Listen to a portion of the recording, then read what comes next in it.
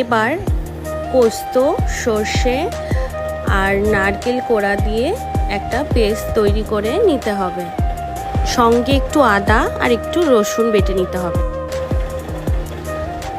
চিংড়ি মাছগুলো আমার অর্ধেকটা ভাজা হয়ে গেছে, এবার আমি তুলে নেব। এবার দুটো টমেটো, দুটো পেঁয়াজ আমি পেস্ট করে নিয়েছি।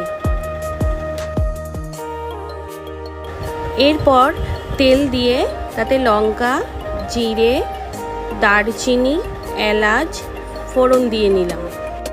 এরপর আমি পেঁয়াজ বাটাটা দিয়ে দেব। পেঁয়াজ বাটাটা অল্প ভাজা হয়ে গেলে এর মধ্যে আমি দেব লবণ স্বাদ মতো।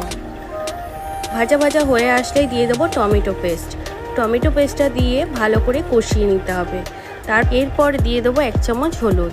ভালো করে কষাতে হবে যতক্ষণ না তেল ছাড়ে।